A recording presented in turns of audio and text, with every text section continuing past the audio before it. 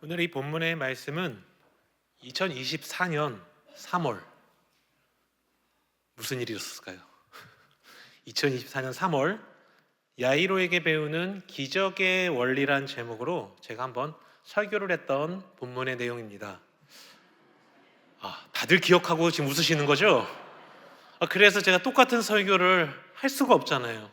다들 이렇게 지금 웃으며 기억하고 계시기 때문에. 그래서 오늘은 이 본문을 가지고 조금은 다른 관점으로 이 이야기를 좀 풀어가 보려고 합니다. 오늘 본문을 묵상하면서 하나님께서 제게 주셨던 하나의 키워드가 있었습니다.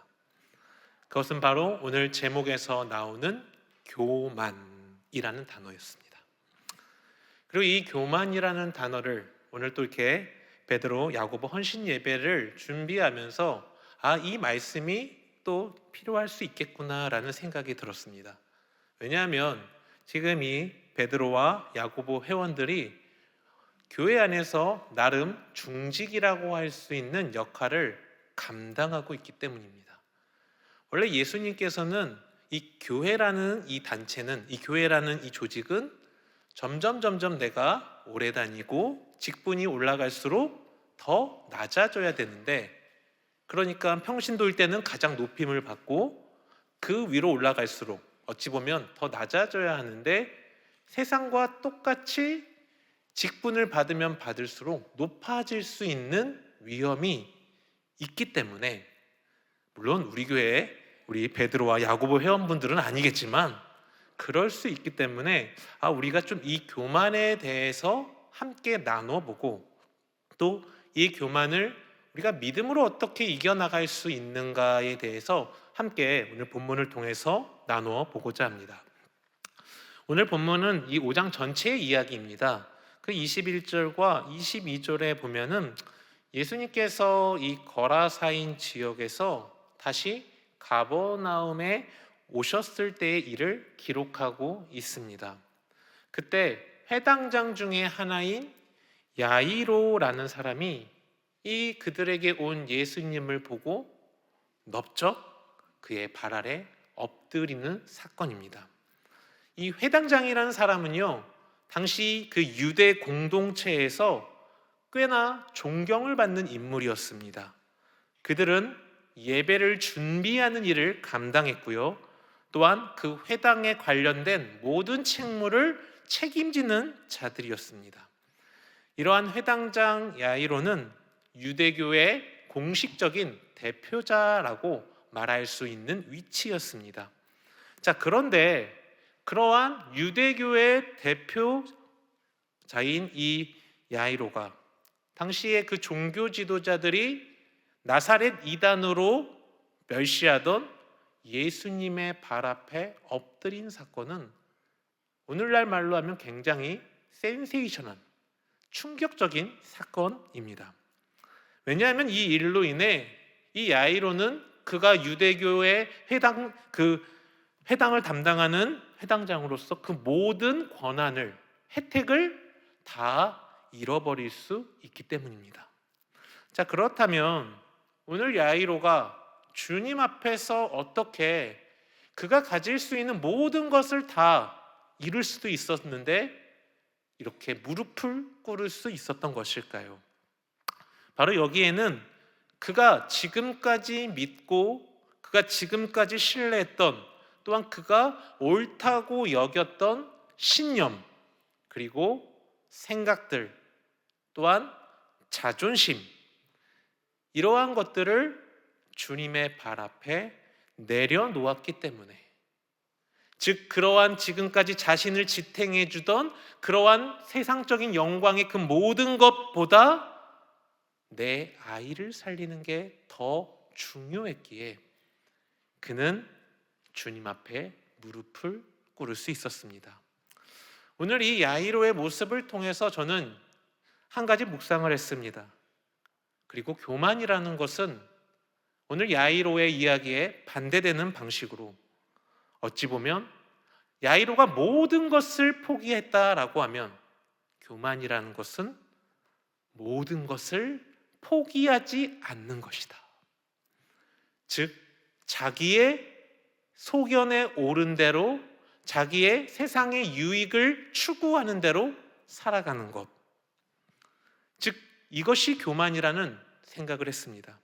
교만은 하나님의 뜻에 순종하고자 하는 것보다 내가 옳다고 여기는 대로, 내가 옳다고 생각하는 대로 행동하는 것을 의미하는 것이죠. 성경에서 보면 이러한 교만, 내 뜻대로 살고자 했던 그 시대가 나타나는 시대가 있습니다. 우리가 잘 아는 사사기 시대이죠. 이 사사기 21장 25절에 보면은 당시 사사기의 시대를 한 문장으로 잘 요약하고 있습니다. 같이 한번 읽어볼까요? 시작.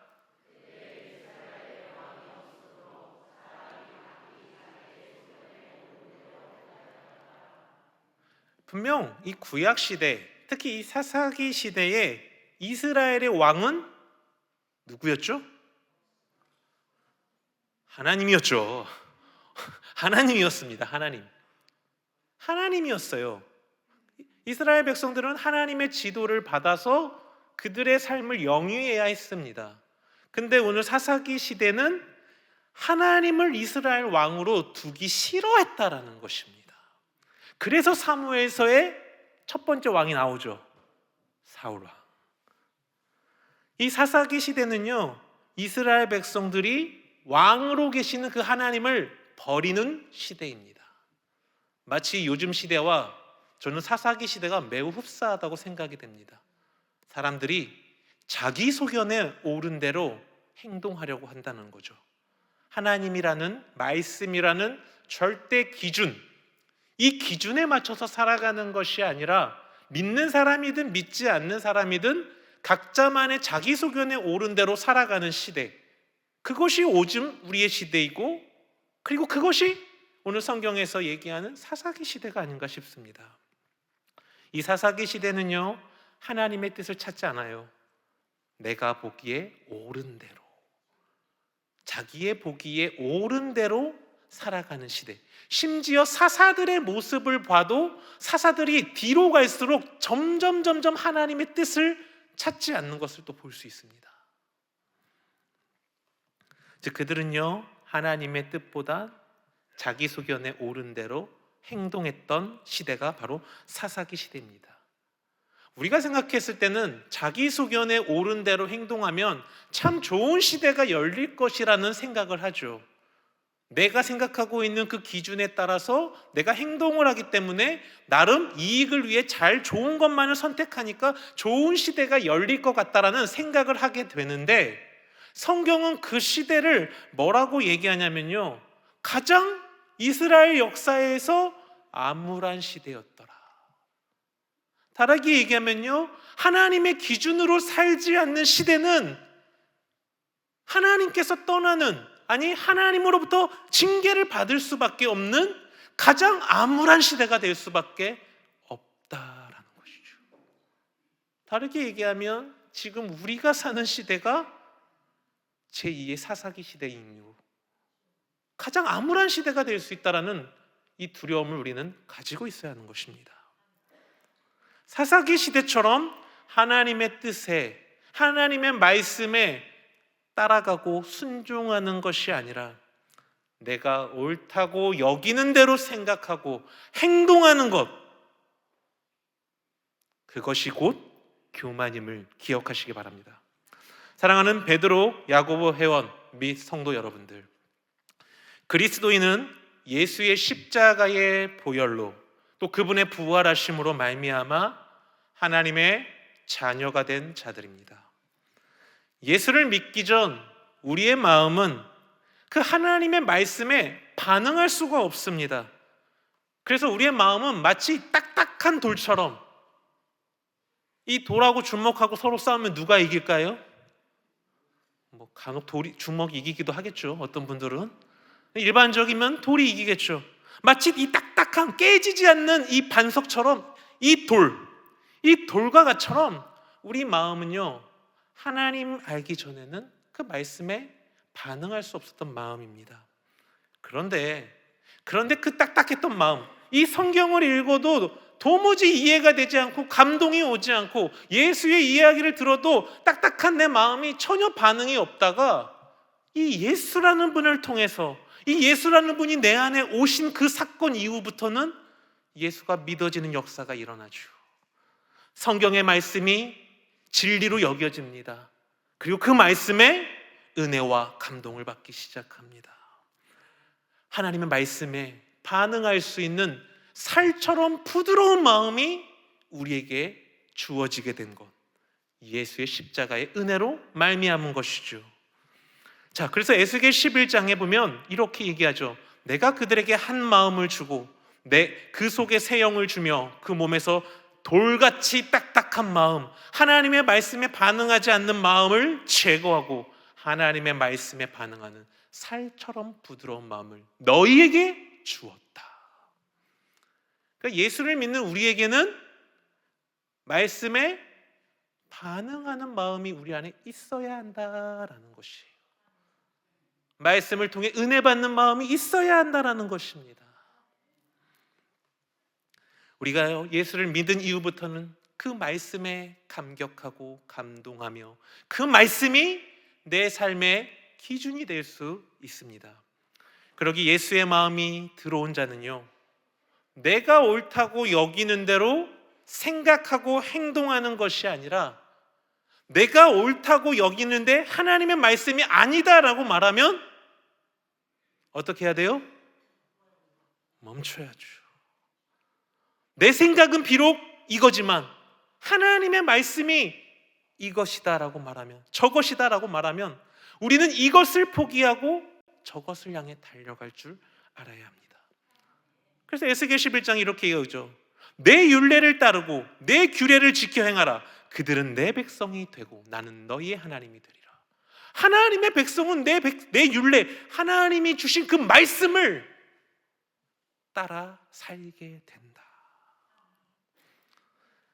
바라기는 우리 베드로, 야고보 현 여러분들, 이제 교회 안에서 다들 대부분이 중직자이실 겁니다. 내가 옳다고 여기는, 원당교회에서 내가 몇 년, 몇십 년, 몇백 년은 없겠네요, 몇십 년 이렇게 교회에서 헌신하고 봉사해서 지금의 위치까지 왔으니 내 말이 맞다 라는 것이 교만한 생각입니다. 그 생각을 버리시고 내 생각은 이렇지만 과연 하나님의 말씀은 내게 뭐라고 말씀하는가를 돌아보아 그 말씀에 순종하는 우리 베드로, 야고보 현들 되시길, 또 성도님 되시길 주님의 이름으로 간절히 부탁드립니다. 자, 이어지는 본문을 보면요, 이 야이로의 요청에 예수께서는 이제 그를 따라서 그 야이로의 집을 향해 가십니다. 그런데 길가에서 우리가 알다시피 혈루증을 앓는 한 여인을 만나서 그 시간이 지체되는 사건이 발생하죠. 이 야이로는 예수님의 이 지체되는 사건으로 인해서 마음이 굉장히 조급했을 것입니다. 왜냐하면 자신의 딸은 이미 지금, 자신의 자녀는 이게 곧 죽을까, 언제 죽을지 모르기 때문에 빨리 예수님이 가서 이 죽어가고 있는 자신의 딸을 살려주시기를 간절히 원했다라는 것이죠. 근데 이제 그렇게 시간이 자꾸 지체되는 와중에 회당장의 집에 그 사람이 회당장의 집에서 한 종이 찾아오죠. 회당장이시여, 더 이상 예수님을 귀찮게 하지 마십시오. 당신의 딸이 죽었나이다.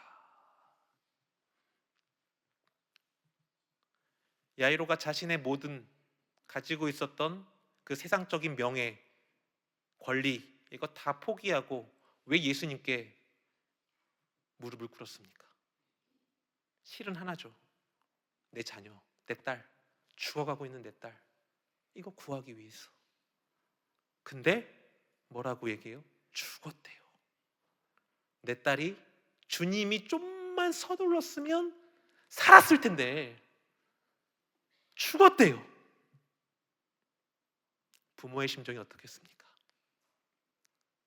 야이로가 그가 누릴 수 있는 유대교의 그 모든 혜택을 다 포기하고 주님께 무릎까지 꿇었는데 주님이 한낱 그 미천한 이 피를 흘리는 여인 때문에 이 시간을 지체하다 보니까 자신의 사랑하는 딸이 죽었다라는 그 끔찍한 소식을 들었다. 아마 회당장은 그 마음에 울분이 나타났을 거예요. 그리고 절망에 빠지지 않았겠습니까? 그리고 이 절망은요, 우리가 인간이라면 당연지사 예수님에 대한 원망으로 그 안에는 바뀌고 있었을 것이에요. 예수님께서 저 혈루증을 앓는 여인을, 그 부정한 여인과 시간을 좀 지체하지 않았더라면 내 딸 죽지 않았을 텐데,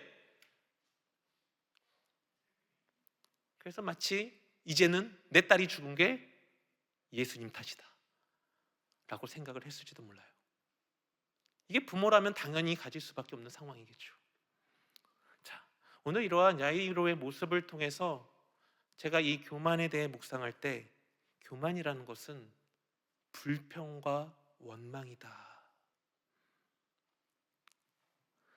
우리에게요, 고난, 인생의 힘듦, 아픔, 해결할 수 없는 문제, 이런 것을 닥치게 되면요, 인간은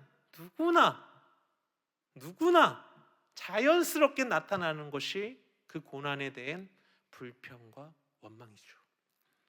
저 역시도 목회자지만 인생의 어려움을 닥치게 되면 하나님 앞에 원망과 불평하는 일이 종종 있다라는 것이죠. 물론 그 원망과 불평이 길진 않지만, 그럼에도 저도 인간인지라 이러한 상황을 허락하신 하나님께 때로는 떼를 쓰듯이 왜 이런 상황을 저에게 주십니까? 라고 불평과 원망할 때가 종종 있습니다. 근데 오늘 이 교만에 대해 묵상하면서 제가 깨달은 한 가지는, 이 불평과 원망이 교만에서 시작된다는 것이에요. 왜냐면요, 우리는요, 이 땅에서 일어나는 모든 일들이 다 그분의 계획 안에서, 그분의 손 안에서 발생하는 것이다 라고 믿어요. 그래서 이사야 14장에 보면 이렇죠. 만군의 여호와께서 맹세하여 이르시되 내가 생각한 것이 반드시 되며 내가 경영한 것이 반드시 이루리라. 하나님 계획하신 대로 그대로 이루신다는 것입니다. 우리의 인생의 힘듦이 하나님의 손 안에 있다는 걸 우리는 믿는 그리스도인이에요. 그러기에 우리가 믿음이 있는 그리스도인이라 한다면 우리가 겪는 즐거움의 순간도 누구 손에 있어요? 하나님께서 주시는 것이에요. 또 우리가 우리 인생에서 당하게 되는 인생의 고난도 하나님 손에 있는 것이라는 것이죠. 성경은 얘기해요. 하나님은 선하신 분이다. 그러기에 인간에게 주시는 그 모든 것은 그분의 선하신 계획 안에서 이루어지는 것이다. 내게는 고난이고 내게는 힘듦인데 하나님의 손 안에서는 선하시다는 것이에요. 그러기에 그리스도인들은요, 내게 주어진 그 인생의 고난과 아픔의 상황을 불평과 원망의 시간으로 보내는 것이 아니라 하나님의 나를 연단하시고 나를 세우시기 위한 그 시간으로 우리가 삼아야 할 줄 믿습니다. 즉 우리가 겪는 고난은요, 하나님께서 우리를 위해, 나를 위해 특별히 준비하신 외식이에요. 로마서 5장 3절 4절 우리 한번 같이 읽어볼까요? 시작.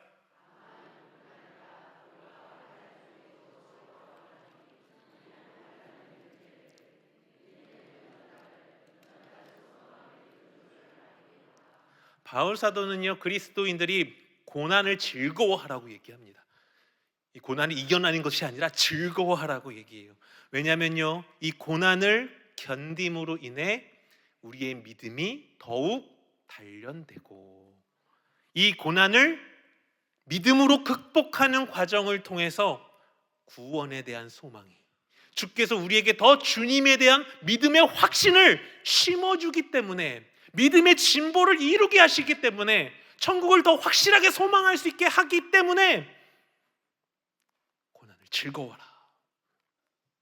즉 우리의 삶에서 인생의 어려움이 닥친다 할지라도 우리는 고난에 대해 불평과 원망을 하는 것이 아니라 이 모든 것이 그분의 계획 안에서 나를 만지시고 나를 세우시기 위한 하나님의 훈련 기간임을 믿으시기 바랍니다. 고난이 그리스도인에게 유익이 됨은, 고난은 우리가 하나님으로부터 멀어지는 것을 깨닫게 하는 요소가 됩니다. 또한 그 고난을 통해서 우리가 다시 하나님께로 돌아가서 하나님 말씀대로 살아갈 수 있게 하신다는 것이죠. 시편 119편 67절에 이렇게 나와요. 고난당하기 전에는 내가 그릇 행하였더니 이제는 그 고난으로 인해 주의 말씀을 지켰나이다. 71절 고난당하는 것이 내게 유익이라 이로 말미암아 내가 하나님의 말씀을 배우게 되었느니라. 그러게 그리스도인들이 고난 앞에서 불평과 원망을 한다는 것은요, 하나님의 나를 향한 계획을 믿지 못하는 마음, 즉 교만한 마음에서 비롯된 것입니다.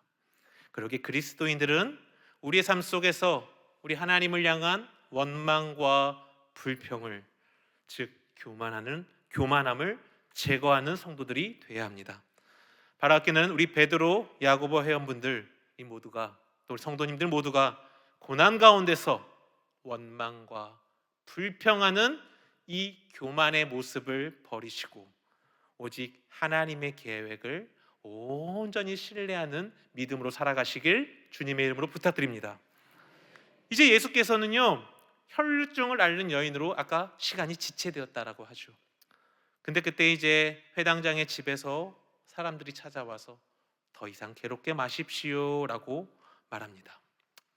그들이 야이로에게 전한 이 말은 아이가 죽었으니 이제 예수님이 더 이상 필요하지 않습니다 라는 의미예요. 왜냐하면요, 이 아이가 죽기 전에는 예수께서 그 아이를 고쳐주실 것이다 라는 기대가 있었습니다. 근데 이제 아이가 죽음으로 예수님의 필요가 없어진 것이죠. 즉 당시의 사람들은요, 예수님을 그들의 기준으로 판단했습니다. 즉 그들은 예수님은 아픈 병자, 죽어가는 사람을 고칠 수 있는 탁월한 선지자이지만 죽은 자를 살리는 것, 당시 히브리 율법상으로는요, 죽은 자를 살리는 것은 생명의 권한은 누구에게만 있어요? 하나님께만 있는데 어떻게 인간 예수라는 사람이 그 하나님의 권역을 신성모독을 하겠는가 라고 생각을 했다라는 것이죠. 그래서 그것은 예수가 할 수 없는 일이다 라고 생각했기 때문에 이러한 말을 하는 것입니다. 그래서 야이로에게 더 이상 이제 이것은 하나님이 하실 일인데 이제 예수는 인간이니까 못하니까 이제 그만 괴롭히십시오. 이 사람들이 그들의 기준으로 예수님을 판단하는 것은 뒤에 나오는 39절과 40절에도 잘 나타납니다. 39절에 보면요, 예수님이 들어가실 때 사람들이 그렇게 하죠. 이 아이가 죽은 것이 아니라 잔다 하시니 그들이 비웃었더라.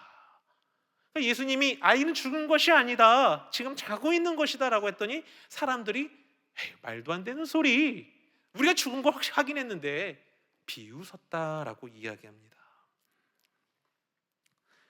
이 애곡하던 자들이, 아이의 죽음을 함께 애곡하던 자들이 이렇게 비웃은 이유, 어떻게 살려? 저건 하나님이 하시는 건데 예수는 못 살려. 자신들의 관점에서 예수를 판단한 결과였던 것입니다. 오늘 사람들의 모습을 통해서 이 교만이라는 것은 자기의 관점에서 남을 판단하는 것을 의미합니다. 교만한 사람들은요, 내 자신의 잣대로 남을 판단하기를, 남을 평가하기를 아주 좋아하죠. 그러다 보니 타인이 나와 다른 생각을 갖고 있는 것은 뭐죠? 다름이에요.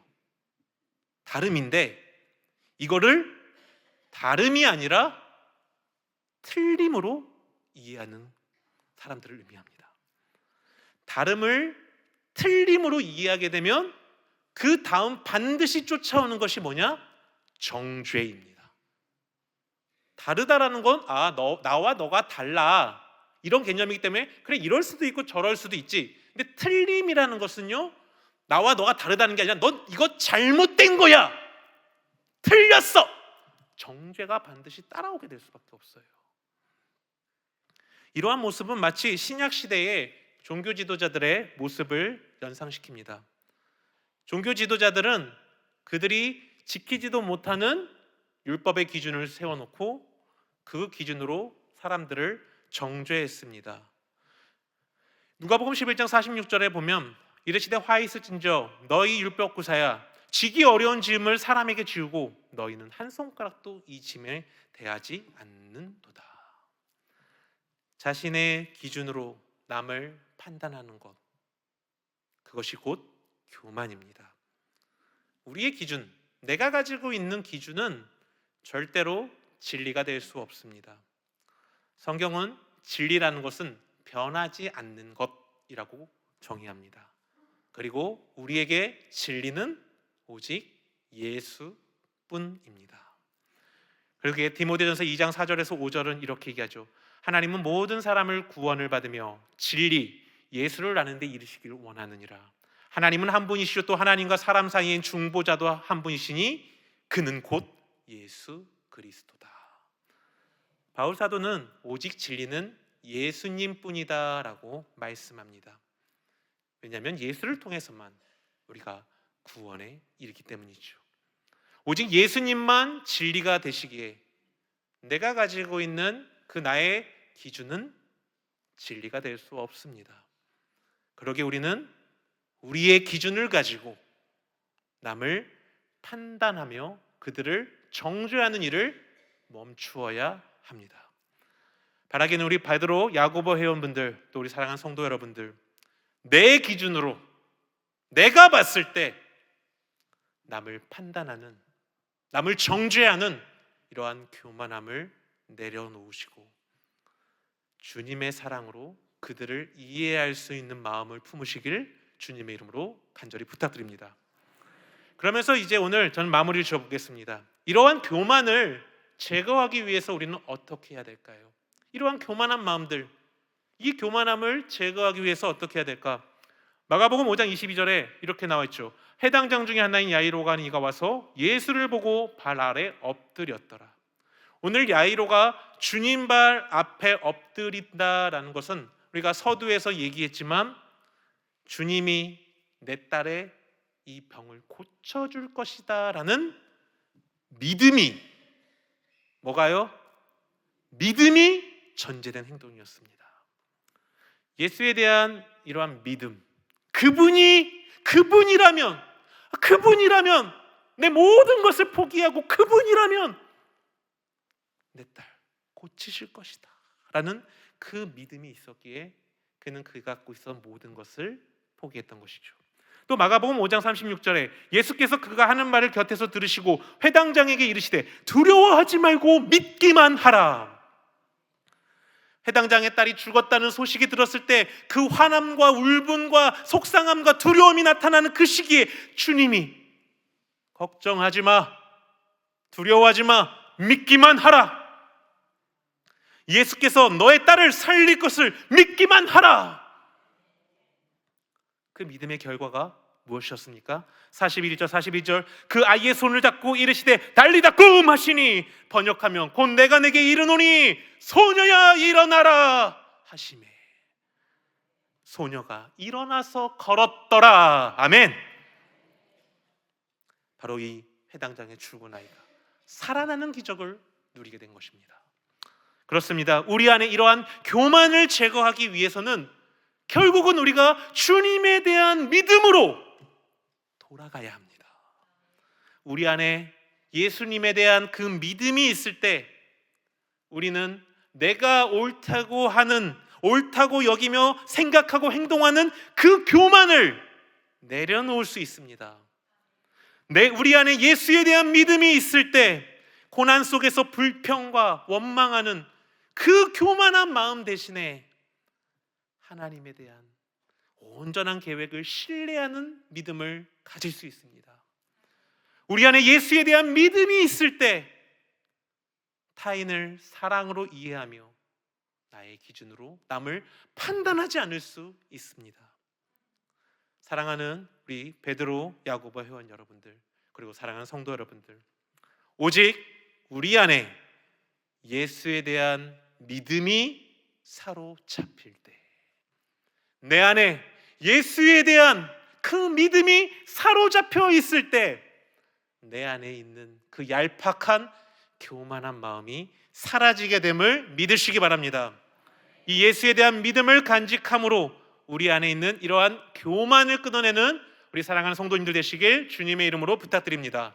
기도하겠습니다. 사랑의 주 하나님 아버지, 우리 사랑하는 또 베드로, 야고보 전도회 하나님 귀한 헌신 예배를 하나님께 올려드립니다. 아버지 하나님, 우리 회원들 기억하여 주사 그들의 교만함을 버리고 주님에 대한 믿음으로 충만하여져서 주님께서 주시는 그 믿음 안에서 승리하는 삶을 살아갈 수 있도록 주여 은혜를 부어 주시옵소서. 감사를 드리며 예수님의 이름으로 기도드리옵나이다. 아멘.